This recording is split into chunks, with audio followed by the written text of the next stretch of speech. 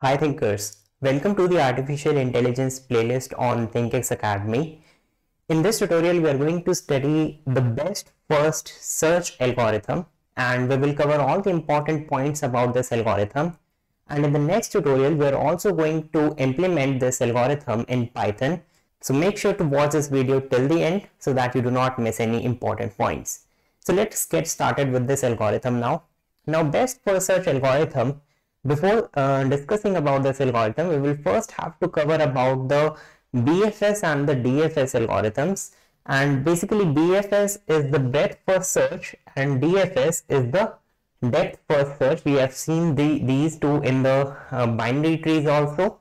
So let's study about the DFS first, right? DFS is the depth first search algorithm and it is good because it allows the solution to be found without visiting or expanding all the competing branches. So it is an important point because in the depth first search, for example, if I have a binary tree, something like this, and it is expanding like this, right? In case of depth first search, let's say I find out that this particular node is better than this one. So we are going to explore to the depth of this node, which is we are not going to evaluate this node in the DFS and then we will come to this node and we'll keep going on doing this. And in this case, you can see since we are ignoring this whole branch, it is actually an optimization also, right? So the solution to be found without visiting or expanding all the competing branches, right? So that's a good advantage of a DFS. Let's see what is a good advantage of BFS, which is the breadth first search, not the best first. So it is actually breadth first search, right? I'm going to mention it here. Right, why it is good? Because it does not get trapped on dead ends, right?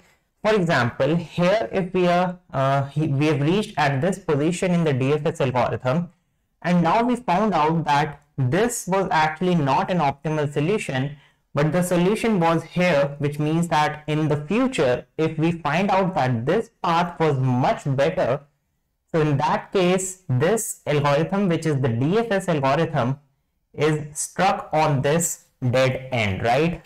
It is struck here, and because of this, we do not have any way to evaluate this branch. But in case of BFS, since we do not go to all the depth, we first go to the breadth, right? This one is the breadth. So we first evaluate this node, then we evaluate this node, and then we are going to proceed. One main disadvantage of the breadth first algorithm is that it is not optimal. It will keep evaluating each and every node and it is not that much optimal. Now, since both of these has some disadvantages, we are going to take a look at best first search, and this algorithm is basically a combination of the breadth first and the depth first. So let's take a look at the best first search algorithm now. Right, so first I will erase this part.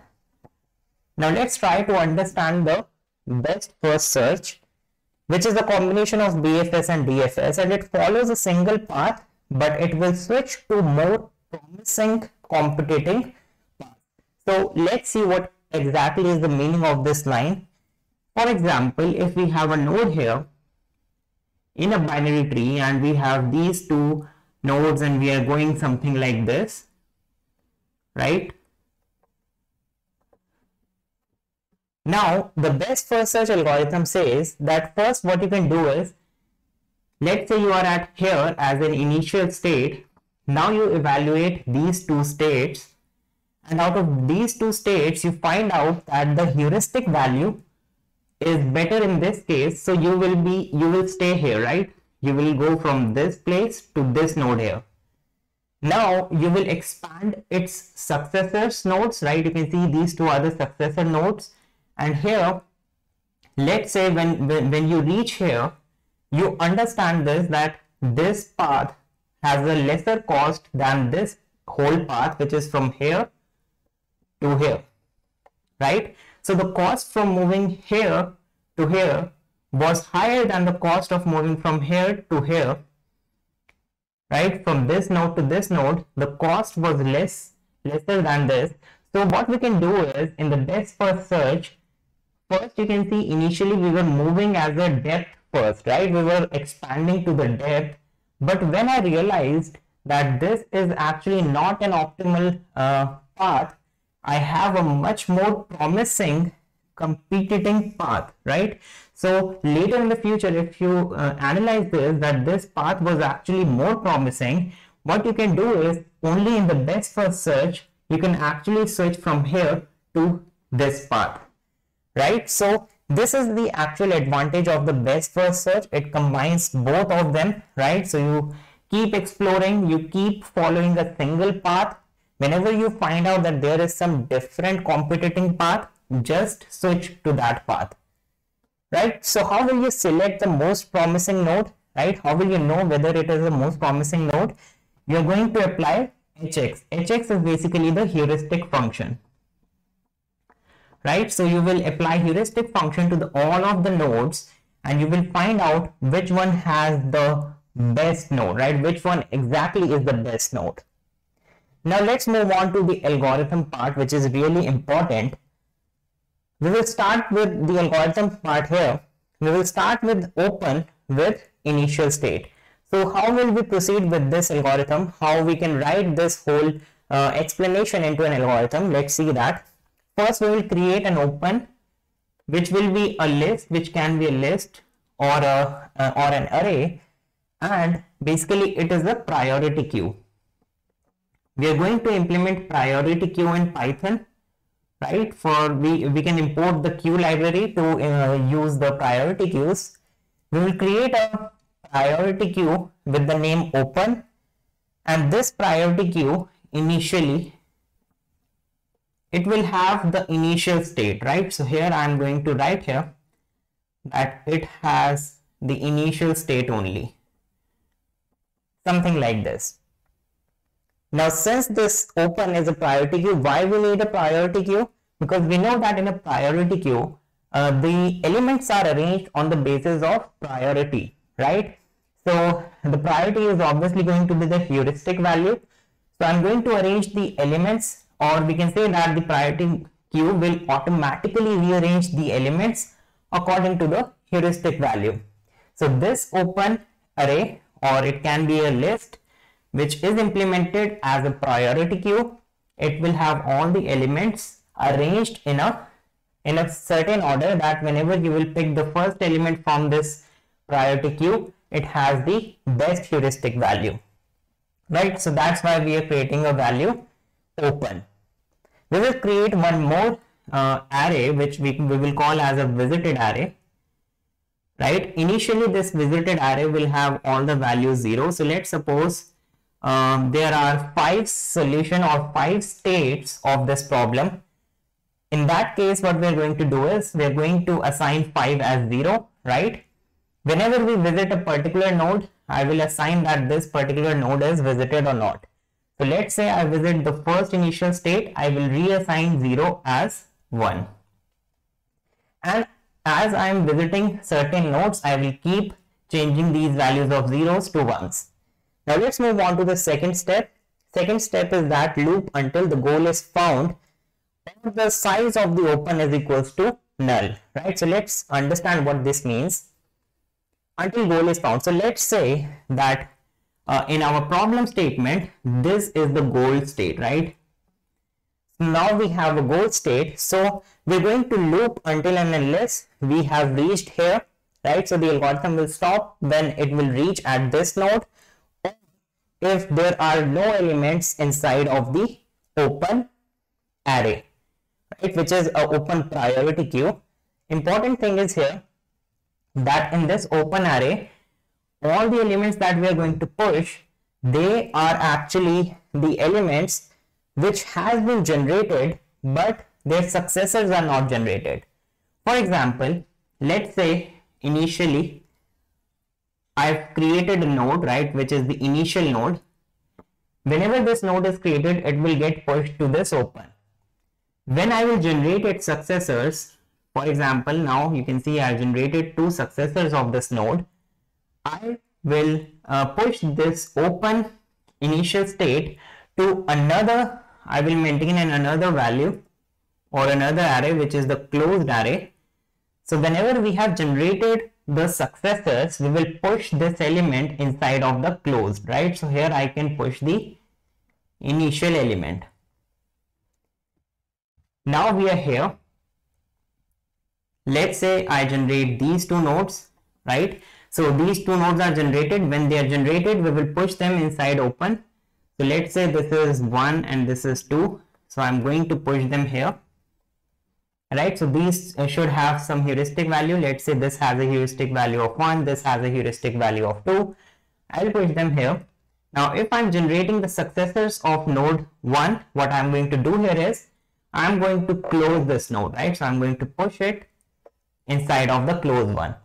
So in this manner we will have two different arrays. One is the priority queue, which gives us a set of all the nodes or the states where we have not generated or where we have not actually examined those nodes, right? So if we have not generated the successors of a particular node, it will be there in the open priority queue. In case of closed one, we keep pushing the elements when we are generating its successor. For example, you can see this here. Now let's move on to the first part, which is pick the best node on open. Now this open array, for let's say we have 5 heuristic values here, something like this. This open is a priority queue, which means that it is going to arrange these elements in a way that the value highest, which is, you can see 5 here, will appear at the starting of the queue, and it is going to rearrange all the elements like this, something like this, right? And basically it should be 5, then 3, then 2, and then finally we have 1. So this is actually the open priority queue, and this priority queue will always give the first element with the highest priority. So we are going to pick an element which is the best node in open array, right? For example, we have picked 5, and you can see this actually is the hint that we are actually switching to the more promising competing paths. So if we have 5 here, it means that 5 has a higher heuristic value than these paths, so we are going to pick up this particular path. One important thing here is that instead of using a tree, we will use a directed graph, right? We will use a directed graph. Why a directed graph? There are two reasons. The first reason is directed graph will prevent us from duplicate paths, right? From traversing duplicate paths, right? So we will create a directed graph by using all the states. It will prevent us from moving in some duplicate paths. And the second reason of using a directed graph is, for example, if we are here and we want to switch to this path, now what I can do is I can actually say that from here I am actually switching to this path, right? So it will convert this tree into a graph. You can see that, right? So that's why we will use a graph to maintain maintain the paths and to traverse along the paths. Let's move on to the second step, which is to generate its successors, right? So we will generate the successors of this initial state, which is 1 and 2 for each successor, right? So we have a successor, let's say 2. What we are going to do is we are going to do out of these two things, we are going to do one thing, which is if it is not generated before enqueue in open and record its parent. This is an important step. Now you can see that for this successor, right, it has not been generated before, right, which means that its successors are not generated. So if its successors are not generated, we are going to push it in open. We have already seen that here. And we will also record its parent. Why to record its parent? Right, so we will have to maintain a value which will be a parent value, right? So the parent value will initially point to here at the very first initial node, and when we are traversing here like this, if we want to switch to this node, we can actually use the parent variable to understand what is the parent of this node, right? Then we have the second one, that if it is generated before, which means that we have already generated the successors, right? So this is 1, this is 2. I'm going to say that this is the condition 1 and this one is the condition 2. So you can see that if generated before, so it has been generated before, change the parent, and if look for more promising, right? So we will change the parent to here. If it looks more promising, how will we know that it is more promising?